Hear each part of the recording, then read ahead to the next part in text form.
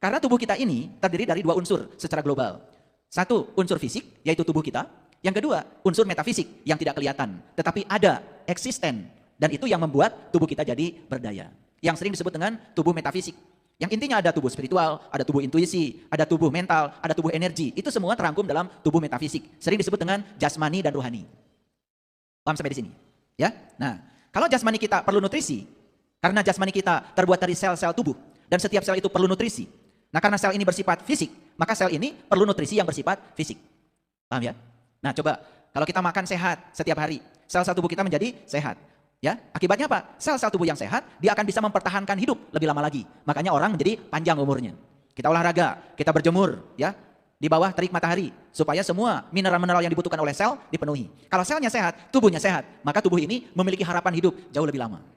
Tetapi jangan lupa bahwa kesehatan itu bukan hanya di aspek fisik, karena tubuh kita ada yang metafisik. Oleh karena itu maka kita perlu juga nutrisi-nutrisi yang berasal dari alam-alam metafisik, yang namanya alam tinggi. Nah, karena tubuh fisik ini terbuat dari unsur-unsur yang berasal dari bumi, maka tubuh fisik ini cukup dipenuhi oleh semua unsur yang berasal dari bumi. Paham ya? Nah, tubuh yang ruhani, tubuh yang metafisik, itu bukan berasal dari bumi. Dia berasal dari alam tinggi. Otomatis dia harus mendapatkan nutrisi yang berasal dari alam yang tinggi.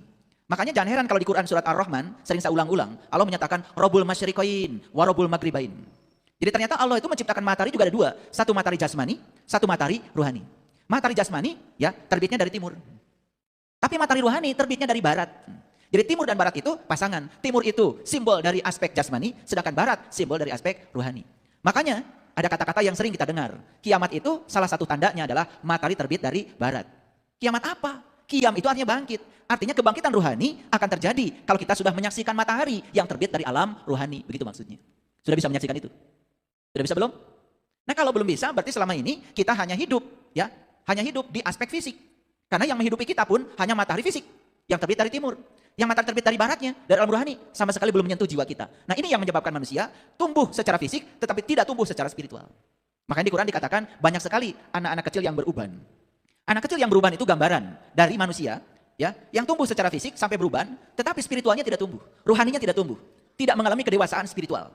Kenapa? Karena dia hanya tumbuh di aspek fisik, tetapi dia tidak tumbuh di aspek spiritual. Intuisinya mati, ya, tubuh mentalnya amburadul, bahkan cakra-cakra energi dalam tubuhnya nyaris tidak mengalir. Akibatnya apa? Muncullah berbagai macam penyakit fisik. Ada yang penyakit di kepala, ada yang penyakit di dada, ada yang penyakit di perut, ada yang penyakit di kaki. Jadi seluruh organ tubuh ini nyaris tak berdaya. Karena apa? Karena mengalami simptom. Artinya apa? Artinya tubuh fisik ini sudah tidak kuat lagi menahan betapa robohnya tubuh-tubuh yang bersifat metafisik. Paham ya? Pelan-pelan ya. Ini masih 5 km per jam.